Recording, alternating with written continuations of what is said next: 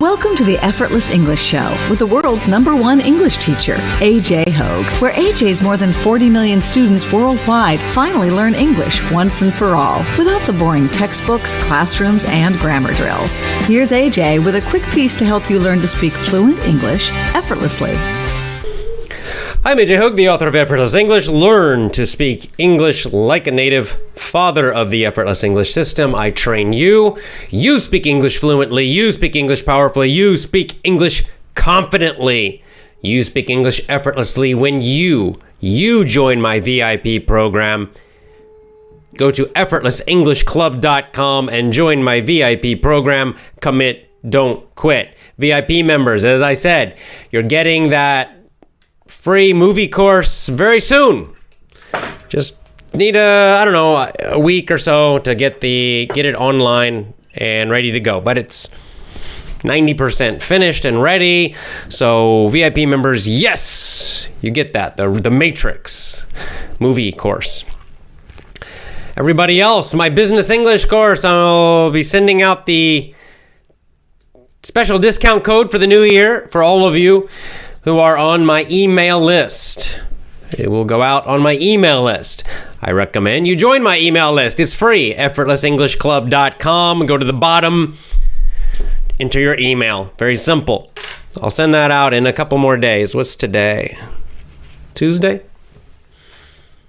Yeah, today's Tuesday in Japan, so probably 2 days from now I'll send out the information about the business English course. So join that email list right now. Today we're going to talk about traditions, and once again, our topic comes from one of our members on Gab. Gab is the place to be. That's my social media. I don't do Twitter. Twitter's dead. Twitter is dead. Forget Twitter. Leave Twitter. Bye Twitter. Gone. I'm done with Twitter. Facebook is dead. Goodbye, Facebook. I do nothing on Facebook, really. I post a link to the new show. That's all. I don't answer comments or questions on Facebook. I don't use it for my personal life, really. So I have one social media. I don't answer comments on YouTube. I turn them off now. I don't want to deal with it. Too much nonsense. There's only one place that I read your comments, and that is on Gab. So Gab is the place if you want to connect with me on social media. Gab is the place when you want to connect with other Effortless English members. When we start our speaking challenge, you want to join a speaking group, practice your speaking. Gab is the place to meet people. Get on Gab, gab.com, free. It's the best social media now. Merry Christmas to Russia. Yes, indeed. January 7th to not just Russia, but to all of the Orthodox Christians. Merry Christmas. In fact, that is our topic today. Our topic is about traditions. And first I'm going to read a post from Slavika. She wrote a very nice long post about the Christmas traditions of her country and her family.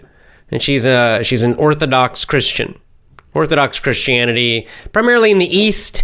Orthodox Christianity grew out of the Eastern Roman Empire, what we call the Byzantine Empire, right? The empire split in half, right? The Roman Empire, there was a Western and an Eastern. The Roman Empire became Christian, and the Western Empire of Rome, eventually became what are now called Catholics, right? With the Pope centered in Rome.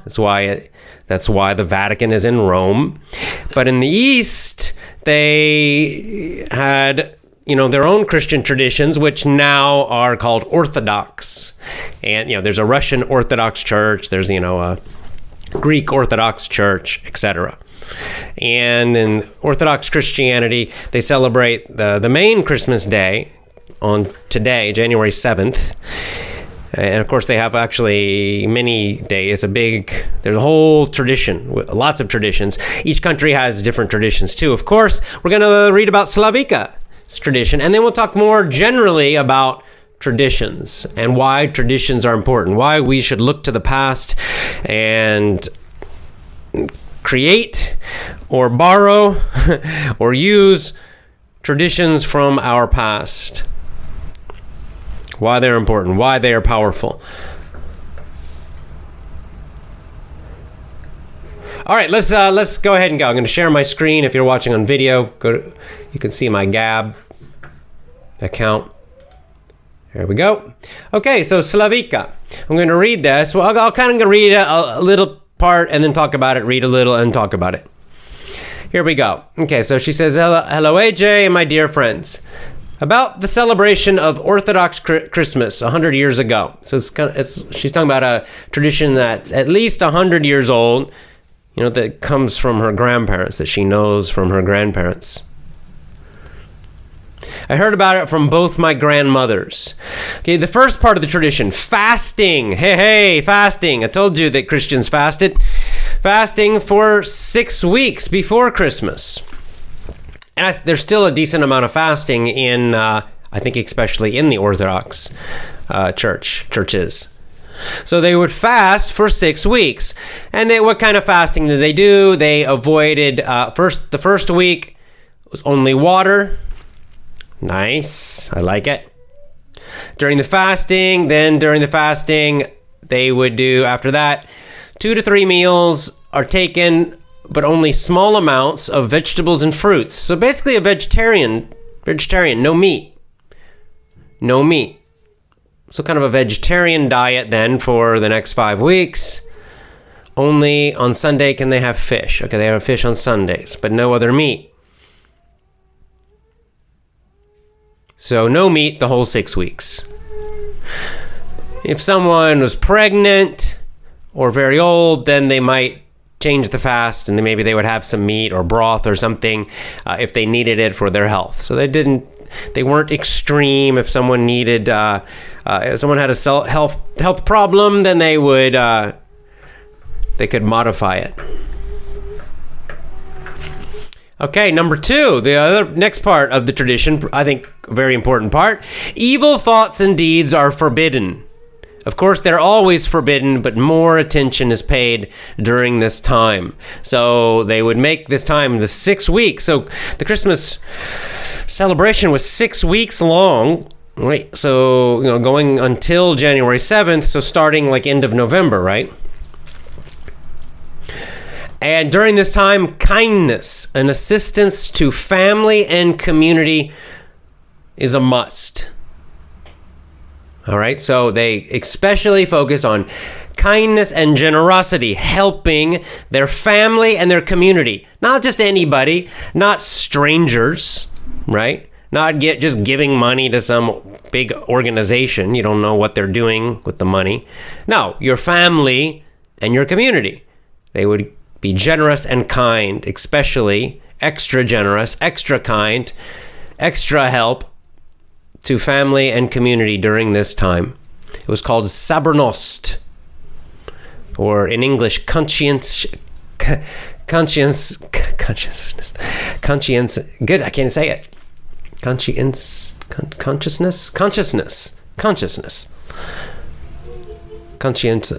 Yeah. Ugh. See, I have trouble saying words too sometimes. Family is most important during this time. Of course, the day before Christmas is called Christmas Eve. Early in the morning, before dawn, before the sun comes up, the men go into the woods, into the forest, and bring back a branch of oak called badyak, or jolly fallow in English. They would bring this back into the house and they would burn it in the oven for a while. So probably create a very nice smell, right? This little branch or little piece of oak, and they would burn it on Christmas Eve, create this nice smell, and they would go out into the woods and find it. That's very nice. I like that. I might use that one. Of course, she says this custom has nothing to do with Christianity. It's taken from the tradition of the old Slavic people, right, from before Christianity. And you find this in many countries where you have very old cultural traditions, right, that are very, very old, and then maybe a newer religion like Christianity comes, and they combine the two. Very common. Right, and she says most of the customs in Orthodox Christianity were taken from the tradition of the old Slav people. Right. On Christmas Day, I like this. This is a nice tradition. They make handmade bread early in the morning. That's nice. Handmade bread in the morning. With the bread, they add corn or wheat or hazelnuts, walnuts. They put in the bread. It's kind of a special bread.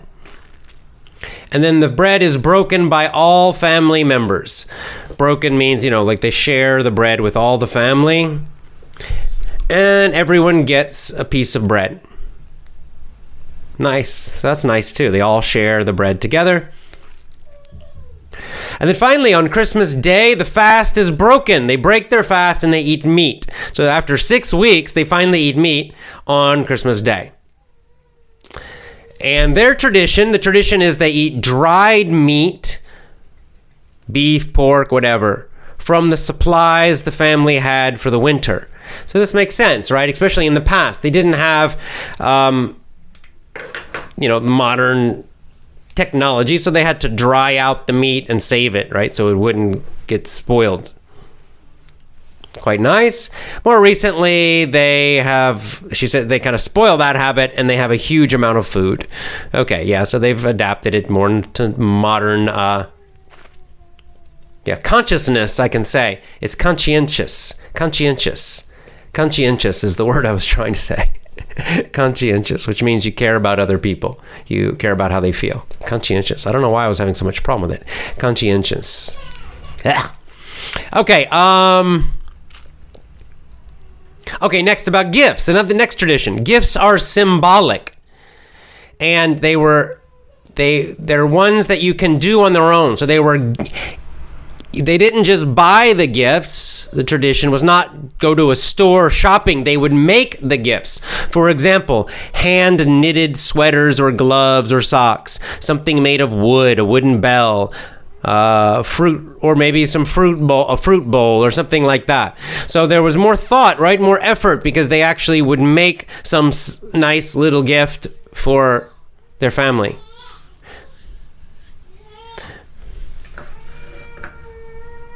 Also nice. I like it. The family is home all day on Christmas Day. The extended family, right? So grandparents, uncles, aunts, cousins, everybody. No guests that day. So it means nobody from outside the family. No friends, nobody outside the family. Only family. We have not changed anything in my family in the celebration of Christmas. We celebrate the same as 100 years ago. The men brought the Christmas Eve, right, the oak, this morning. Tomorrow morning, I will make handmade bread with the gifts, the presents. We say to each other, peace of God, Christ is born. We pray for friends and all good people. We even pray for evil people, that God will show them the right path. This is the old tradition in my country of Serbia. My family and I don't want to change anything. Our ancestors were wiser than we are. Yes, they were. And stronger too. Mine also. And she says, my friends, I wish you health, happiness, love, and a wonderful family. We should all share our old traditions here. That would be beautiful. I agree. That would be fantastic. I love it. Can you see how there's so much more meaning and feeling and how these traditions are so much deeper compared to the modern Christmas that we get in the media, right? So the modern American Christmas, because it's essentially American now, the modern American traditions of Christmas are created by the media. Were created by the media. Santa Claus with the big fat red suit, that came from Coca-Cola, guys. Do some research about it. That's a Coca-Cola advertising campaign. There's nothing traditional about that. St. Nicholas was not a fat guy in a red suit. I might do a show about St. Nicholas just so we learn who was St. Nicholas really. He was a saint, first of all, right? He didn't have elves. He didn't live in the North Pole and none of that. Okay? That's all from media and advertising and marketing campaigns, and created by mostly non-Christians, by the way. So it's nonsense, like most modern things, where the old traditions have a deeper meaning and purpose, but the new stuff from the media is just garbage, mostly. I know it's kind of fun. Look, I did it, and I had fun as a kid, but what Slavika is talking about, these traditions, although simpler, are more powerful, have a deeper meaning, more feeling, create a better connection in the family. And so, the general topic of today is that I encourage you to find the old traditions of your culture, your religion, your country, your people, and go back to them. Bring them back alive. Some of them have been lost, I know, right? In all different cultures. So many of them have been lost and replaced with these modern, marketing kind of traditions. But let's go back. For example, I'll just say in my own family, with my own children, I plan I'm researching and doing my best to find and research many of these old Christmas traditions. Christmas is certainly an important, at the very least, cultural holiday for me as being an American. But I want to go back. So number one, I'm researching some of the old American traditions of Christmas, the old ones. And really, the old traditions in America, they're before America, right? United States of America. That's, the whole country. But really, a lot of these traditions go back to the individual colonies, the individual states. They were independent, semi-independent at the time, like Virginia, Georgia, New York. They were colonies under the British, but they were largely independent. They were not one country. And in fact, the traditions in each colony were very different. So for example, in Massachusetts, one of the original colonies, they did almost nothing on Christmas. They were what were called Puritans. They not very fun people. So they didn't like any of these traditions because they said they're not Christian, so they wouldn't do any of that stuff. But then in Virginia, I'm a Southerner, so I'm more attracted to the Southern traditions. That they did a lot of great things, like they had the feasts and a lot of kind of some similarities to what Slavika talked about. But something you can do also is you can also even find traditions from other cultures that you feel are beautiful or meaningful, and you can use them in your own family. Why not? Like, I like some of these traditions that Slavika talks about. I might use some of those with my own children in our family. Maybe they will become part of our family's traditions, even though I'm not Serbian and my family's not Serbian, but so what? I love the bread making, for example. That's wonderful. We could all make bread together on Christmas morning. It would be fantastic. That would be fun. Now, at the moment I live in a city, so maybe I can't go into the woods and find some oak, but we'll see. We might move out to the country more. We're thinking about it, so that even something like that would be nice. My family, going back even before America, was Scottish, German, and Danish, kind of those Northern European. So there are a lot of good, great, beautiful old traditions that come from those countries for Christmas and other times of year also. So I encourage you to do this. For example, if you're Muslim, then research the old traditions of Ramadan. I know that some of you have said that in Ramadan, some people is just, they eat like crazy. They kind of go crazy, right? And maybe they've lost a bit of the feeling of it, the deeper traditions. And so again, research that. And not only religion, right? There are many traditions we have in our old traditions that are more cultural, right? More cultural, connected to our people, connected to our history, that are not religious. Like American example would be the 4th of July, Independence Day, celebrating the victory against the British. And so there are some nice traditions there. Again, I can research the older traditions. Now, most of them are lost. Now it's just they have some fireworks and nobody really even thinks about the reason for the holiday, right? Again, the modern media has destroyed a lot of the more beautiful and old traditions that really gave a stronger feeling and purpose. So I'm going to research some of the old ways. How did they celebrate Independence Day, I don't know, 150 years ago, back in 1820, right? Shortly after independence. They could still remember the British at that point. So I imagine they had a lot, quite different traditions, and it was probably a little more powerful and more meaningful. And the reason these are powerful is that they help to bring your family together or bring your community together. Right? They create stronger connections because they're more pure, more simple, more meaningful, right? As I've said many times, so you can see with the tradition Slavica described how they're doing so many of these things together. So it's bringing the family together.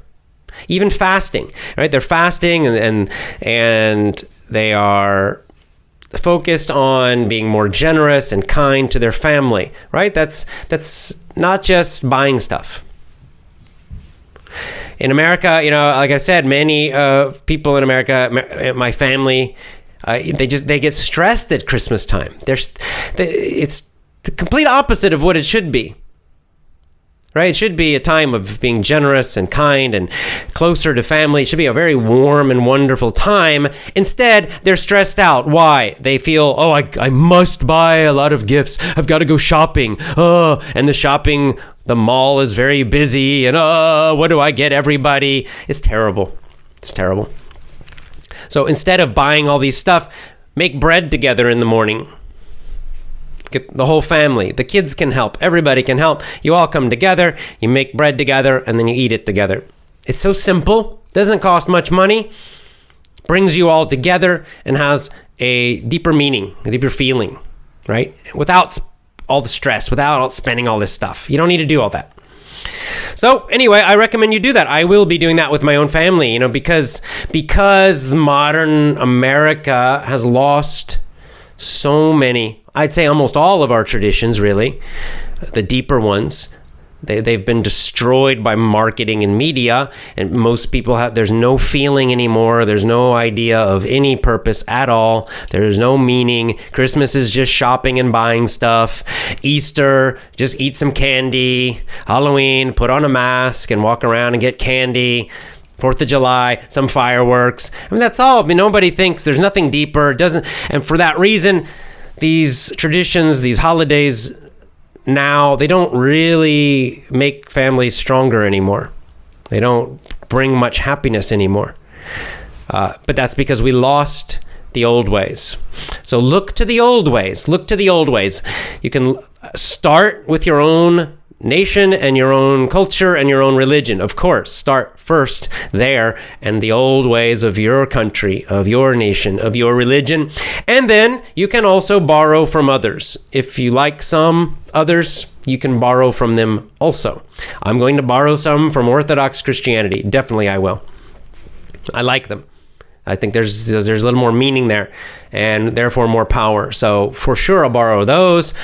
My wife's Japanese. We'll definitely be doing a lot of Japanese traditions, and again, trying to find the older ones, the more meaningful ones.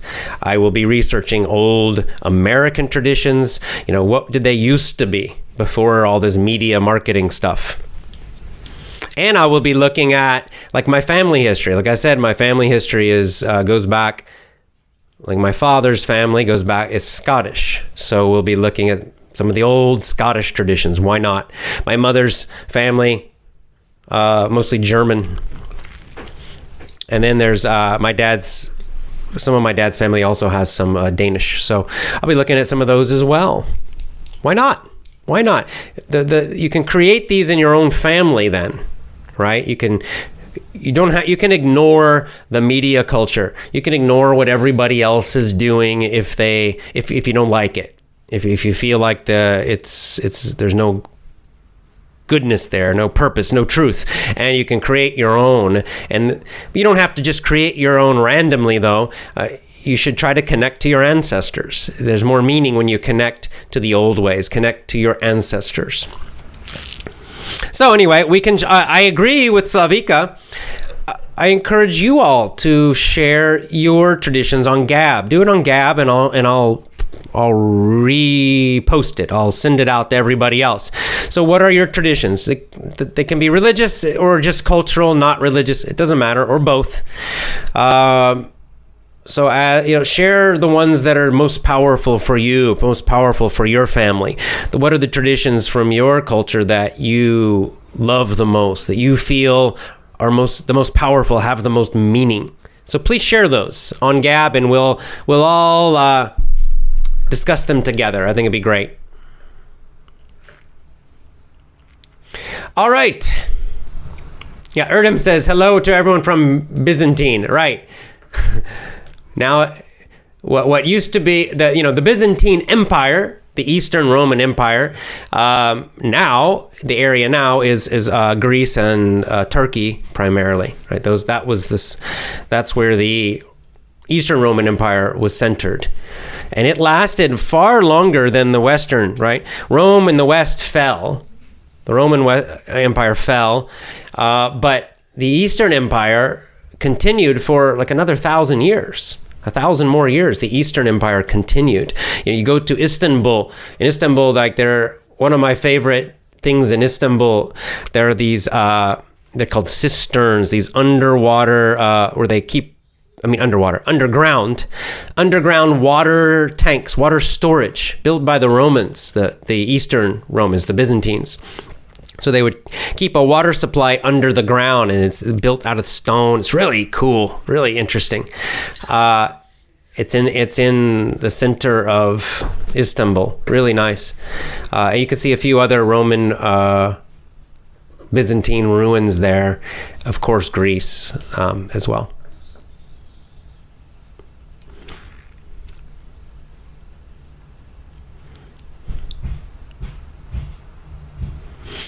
All right, let me go to our comments and questions now. Yes, Vladislav says, today we celebrate Christmas in Russia. So again, Merry Christmas to Russians and Serbs and Greeks, etc., right? All Orthodox Christians.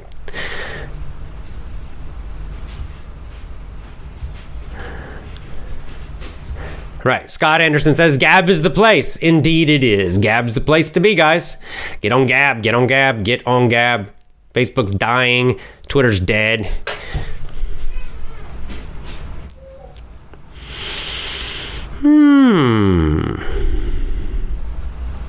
Yeah, okay, Prince, yes, India is one of the traditional and heritage countries of the world.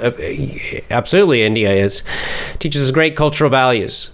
Yes, and like, Indians have what? Dipali, Raksha Bandhan, many, on and on. I don't know all of them, but India has a lot of fantastic, very, very old traditions.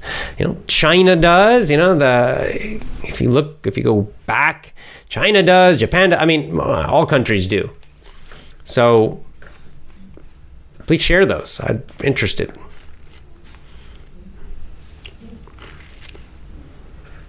Conscientious.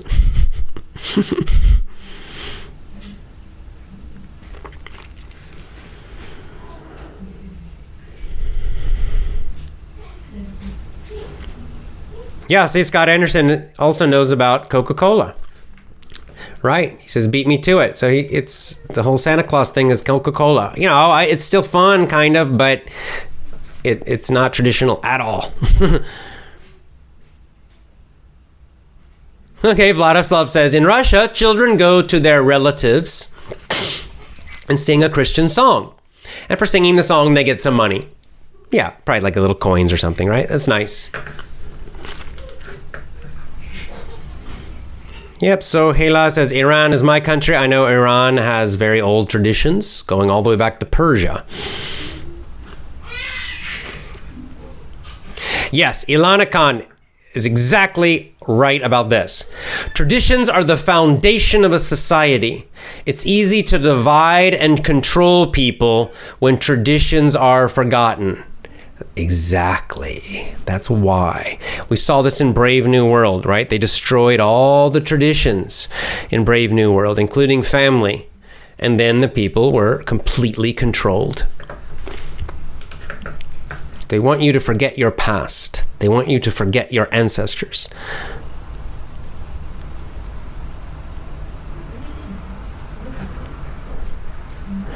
Yeah, Iba, again, mentioning about St. Nicholas. We have neither Santa nor Father Christmas here in the Ukraine. We have had and have St. Nicholas. That's the real person, St. Nicholas. In fact, Christianity came to Kiev because of Volodymyr married the daughter of the Byzantine emperor. Interesting. The history of Ukraine is quite interesting, and it has there's quite a lot of, the Vikings came down there from Sweden, I think. Modern Sweden.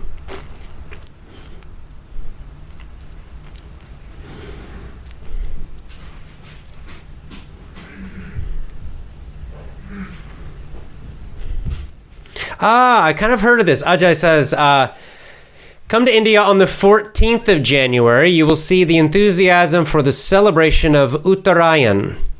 You won't forget it ever. People go to their terrace and fly kites. And do many activities. I think I was in India one time. I've been to India 3 times. One time I visited in kind of the winter. I think I remember, maybe it was Calcutta, people flying lots of kites. Interesting. Very cool.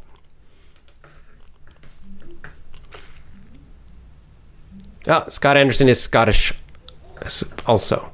Australian now, I believe. But we still celebrate Hogmanay. This we do, get together and wish each other Happy New Year. Great.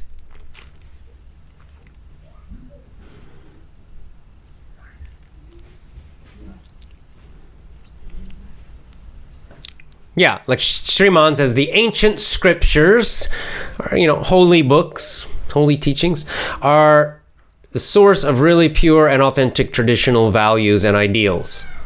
Yes, absolutely.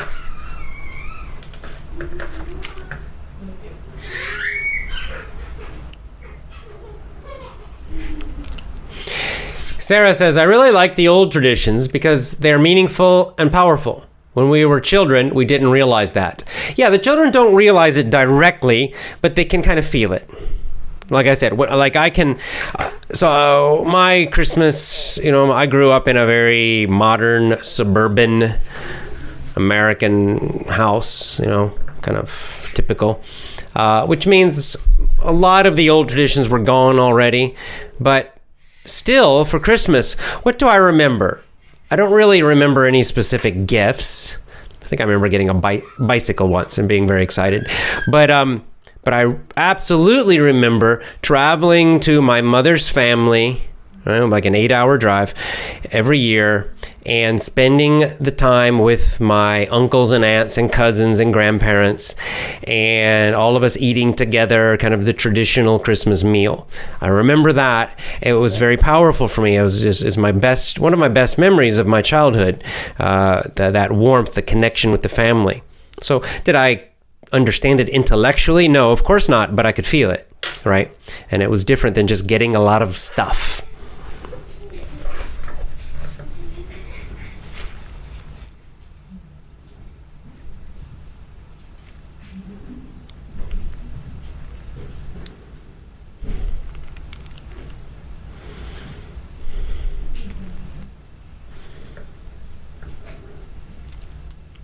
Right, here's another Scottish tradition. Scott Anderson says, the Scots celebrate in February Robbie Burns and Shrove Tuesday. Robbie Burns. Poet, I believe.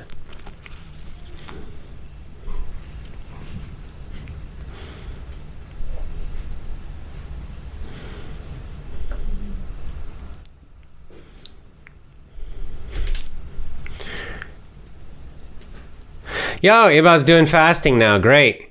Iba says, I started intermittent fasting. I not only lost weight, but I feel great. Nice. By the way, Ukraine is connected to Byzantia. And then again, she's kind of mentioning the marriage of the... Yeah, very interesting.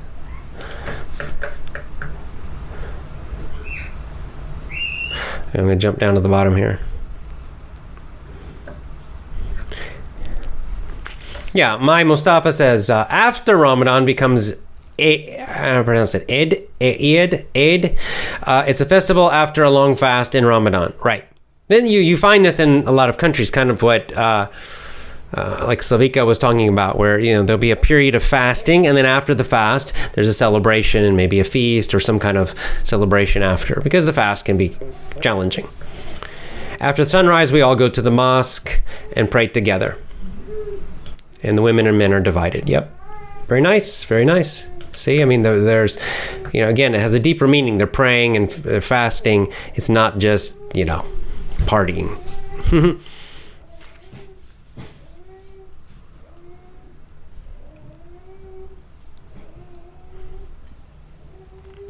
Yeah, now here's Cleefy's got a nice example of a tradition, a very simple one that's kind of a family tradition or cultural. It's simple but powerful, and he's saying that it's been lost a little bit. So Cleefy says, "Good morning, Coach. Really old, nice traditions have died with the death of our ancestors. We used to gather every Friday as a family to eat a meal. Now it's a long time. Now for a long time we just see strangers." Right. Now, see, that's what a simple but powerful tradition. Every Friday, you gather with your family. I'm guessing maybe even your like your extended family, and have a meal. Right. You can create these kind of traditions. You just create them yourself, right? Or bring them back alive. So if your family has maybe in the past used to do this, and now it's kind of died. It's, maybe your grandparents are gone, and maybe it's not happening anymore. But you could start it again, and invite every Friday or every Sunday or every Monday or whatever it is. Invite your family and have that tradition. And even within your family, just like husband, wife, and children, you can create some of these traditions too.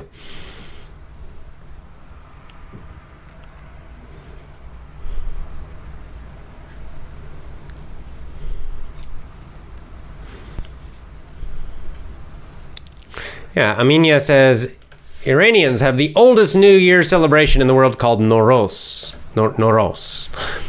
Cool. Well, the Persian Empire, obviously Persia is one of the very, very, they're the very, very, very, very, very ancient cultures. Persia, ancient Greece, Rome, Egypt, India, China. Yeah, these are very, very, very, very, very old.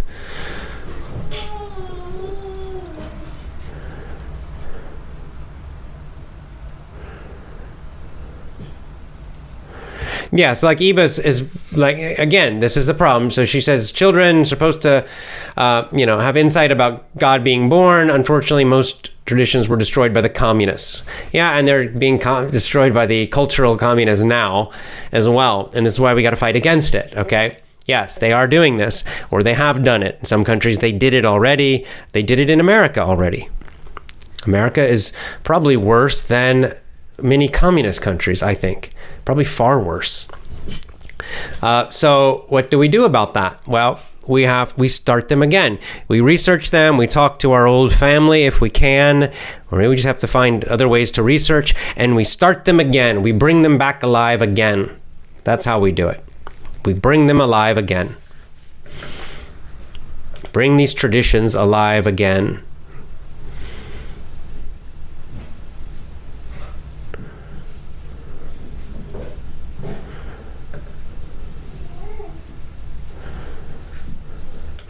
Yeah, like here's Saif talking about musical traditions. Again, extremely old cultures.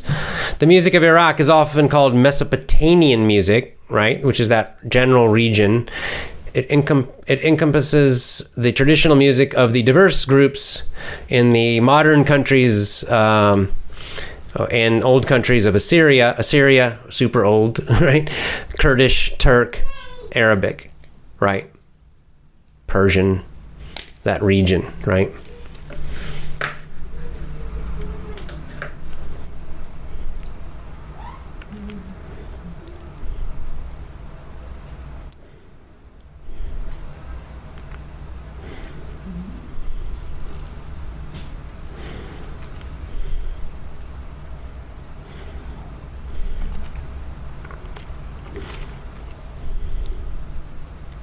Oh, so here's another one. Shriram is an Indian tradition. Have you heard of Ekadashi? I have not. It's a practice in India where people devoted to a specific god fast for that day so they can attain the particular god's kingdom. Very nice. I like it. So you'll find this, that fasting is often a component. See, this is something, again, we've lost modern day, right? So what you find, and again, all of, so many countries and traditions, these old traditions, is that, yes, there would be a feast, right? Which is eating a lot, a big meal celebration. But you find that usually before the feast, there was a time of fasting, right? Not just eat. Now we drop the fasting. Now there's no fasting, right? In America, it's just eat a lot of crappy food, right? At the holidays, people always, say they're gaining weight at the holidays. They make an excuse. Oh, I can't diet because there's so many parties and so much eating.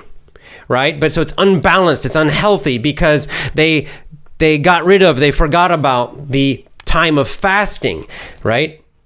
The feasting is there's no problem with feasting and eating a lot and having big meals, but if you only do that, then it's unhealthy. And so they were smarter in the past. And they had this time of discipline and fasting before. Then they have a feast to celebrate. Right? So Christmas time, we saw with Slavika, Ramadan, long fast, then they feast, right? And then again, this Shriram, same thing, right? Again and again and again, you'll see this. So I highly recommend adding this to the traditions, bringing that back. Easter, right? There used to be Lent, and it would actually be a much more aggressive fasting before. For a period of time. So I think we should need to bring this back so it's not just eat. Okay, fine, have the party, have the big feast. That's nice. But before that, a time of fasting.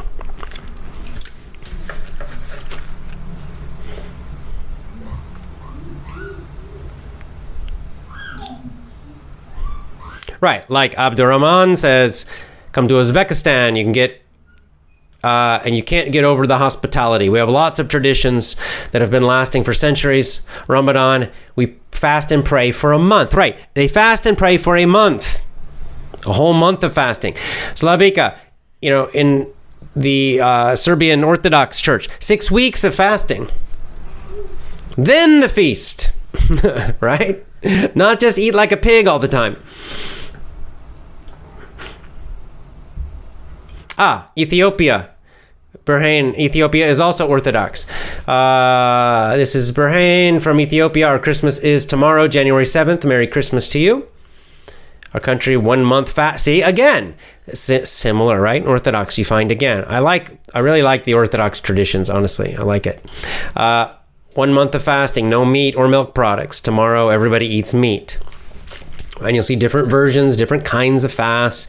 Ramadan's a dry fast during the daylight time. The Orthodox Church, okay, they're fasting from all meat. You'll find some that will just do full water fast. Some of the Indian traditions, there's all these different traditions of different kinds of fasts. But the idea is that it's a time of self-control, that you limit what you're doing. You focus on God, on appreciation, on meaning, on purpose. Then you feast to celebrate. Okay, Sarah saying Kurds also.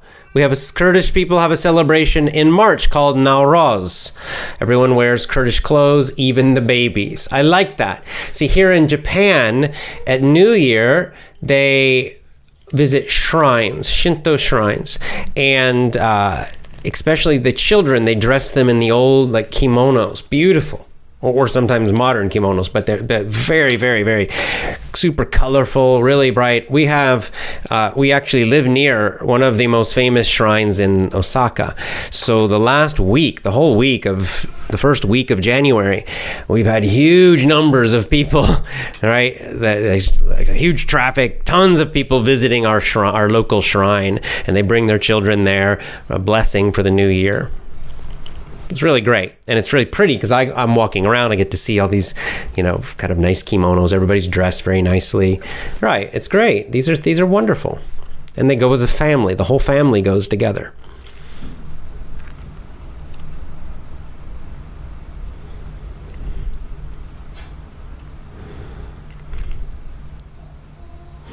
Michael Ning's a Yankees fan. What?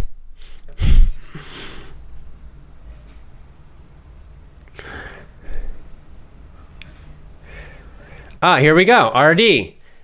There's a tradition in Nepal called Chat, which is a 36-hour dry fast for the sun-like god of energy.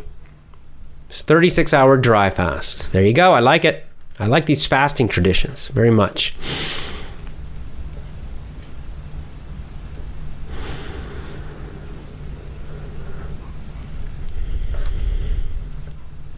Very cool. All right, I think it's about time to go. I'll read a couple now, just off topic, I guess. Looks like we got all the topic, people talking about commenting on the topic. Michael Ning is requesting I talk about starting businesses. Okay, definitely I'll be doing that. It's one of my favorite topics, so I'll do it at some point.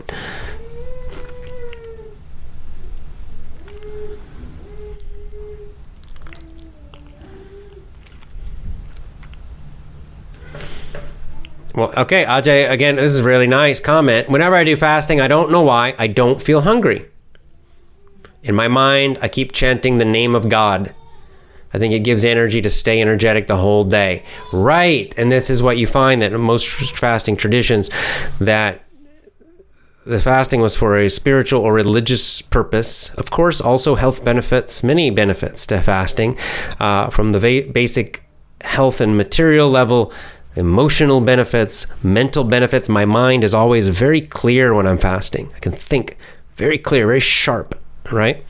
And then spiritual, at the highest level, praying, meditating, chanting. Fasting makes all of these more powerful. And it makes you healthier.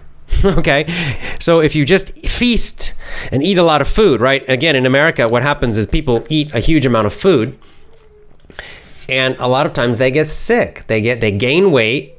They gain weight at the end of the year. In December they gain weight, and then January they have a resolution. Oh, I have to lose weight now, right? It's ridiculous. So they gain a lot of weight because they only eat. They don't fast at all before. And they eat a lot of garbage. They eat a lot of bad food now, like unhealthy food, super high calorie food. But if you fast before Christmas, imagine if you fast 6 weeks before Christmas, you're going to probably lose weight. You're going to be healthier. And then you feast for you eat a lot of food for a week or something. Well, it's no big deal. You're probably not going to gain weight. You're not going to get sick because you've been very balanced. The fasting is going to make you actually healthier and better, stronger. So eating a few big meals with your family is no problem. The problem is now they only eat a lot. They just eat and eat and eat, and there's never a fast.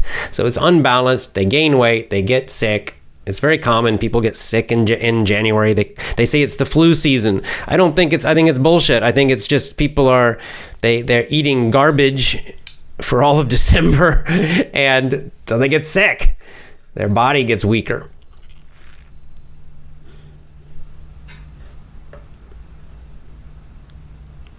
Miss Nichols asking, did we speak about Russian traditions? We've talked about some Orthodox traditions, Christian, yes. I guess some of them are Russians too.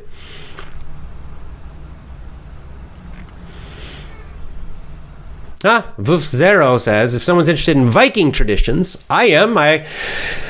One branch of my family is Danish. So I'm quite interested in that. Check out the channel Bjorn Andreas Bull Hansen. Well, I will check that out. I'm going to type it in. I'm guessing it's YouTube, since you said channel. Bull Andreas. There he is. Oh, this looks kind of cool. I'll check it out. Kind of old Viking traditions. I like it. You should interview that guy. I'll watch his videos and maybe I'll interview him. It looks kind of cool. Ramesh Kumar says, I'm fasting today because I'm at my business. Very nice. Like the snake diet. Yes. Snake diet is very modern. It's not based on tradition, but I love it.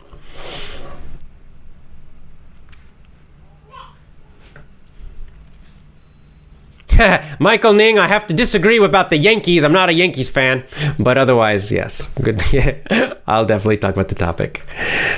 Vladislav says, it's better to fast before the new year than to wait for the new year and promise yourself you'll lose weight. Better to come to the new year, you've already lost weight. Exactly, right? You fast before, you lose weight, then maybe you eat a lot, on Christmas Day or something, or a few days, but then overall, you start the new year probably less fat than the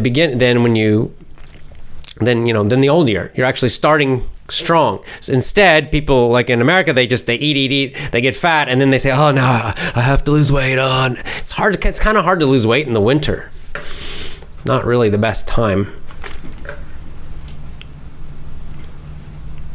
I never do fasting because I think I can't do without water, says Oxmed. Maybe I'll try it in the future. Just do a water fast. You can do a water fast. Drink water. It's okay. Just don't eat food. That there's dry fasting. Dry fasting is when you don't drink also. It's definitely more difficult.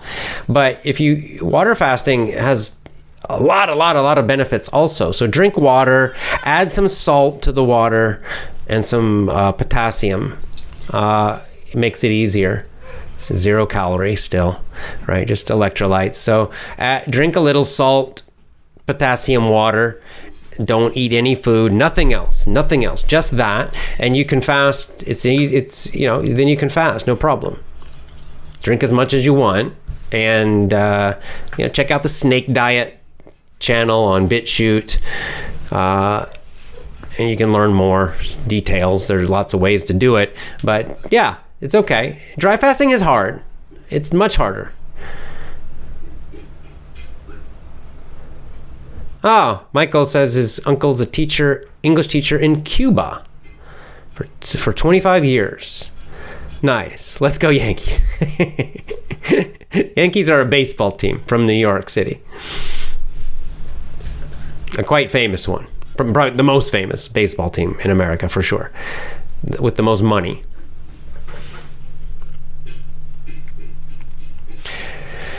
A couple more. We're talking about fasting a lot, it's a great tradition. Lisa says, fasting is actually a cleansing cure, a very powerful one. But in this case, not only the body, but also the spirit and soul must be cleansed by prayer and meditation. I agree. When you fast your body, you don't eat.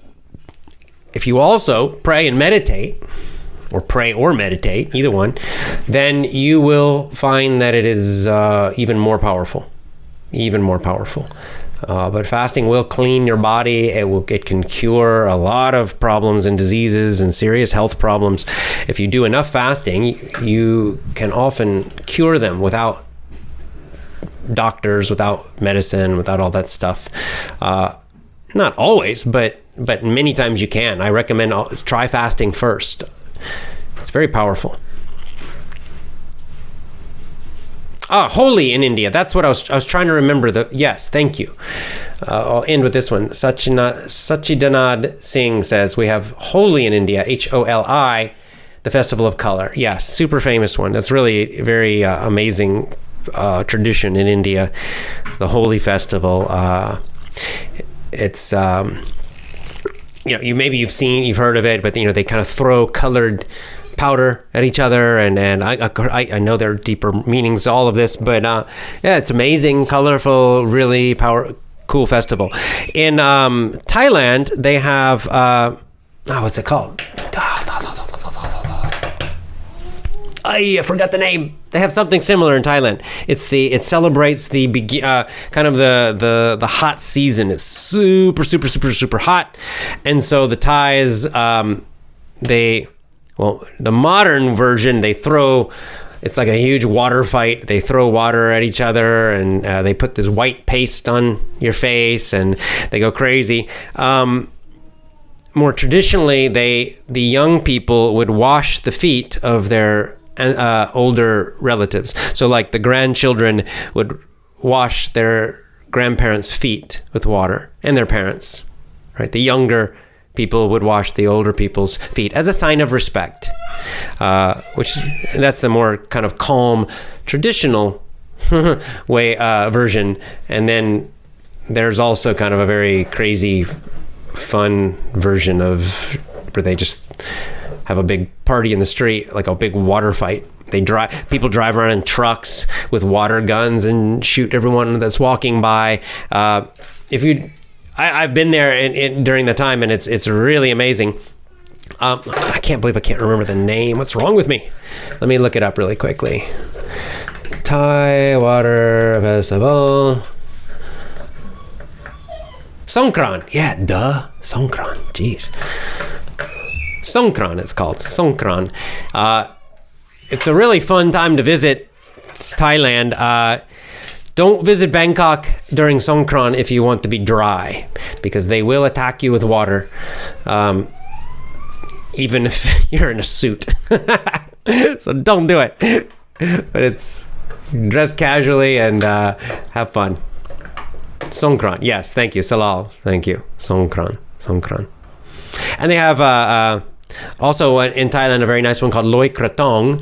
Loi Kratong. Loi Kratong. And Loi Kratong is where it's also very nice. It's something that couples will do together, where they make these little boats, from leaves, like banana leaves, and they have a candle in the center, and they take them to a river or a lake, and they float them at night, and so the whole river is kind of full of these little candles floating. It's really beautiful, very nice. That's called Loi Kratong. All right, guys, I think that's all for now. So, old traditions. Look to the past, starting with your own family, your own culture, your own religion, and bring them back alive. The many, many beautiful traditions, let's bring them back alive. And you can even borrow from others if you like, right? Because as we've discussed, we've lost many of these old traditions because of the modern media, and that's a tragedy, but we're not going to cry about it. Let's bring them back. Bring them back alive in your own family. All right. Lots of love to you all. As always, go to effortlessenglishclub.com and join my VIP program. See you over on Gab. Talk to you later. Bye.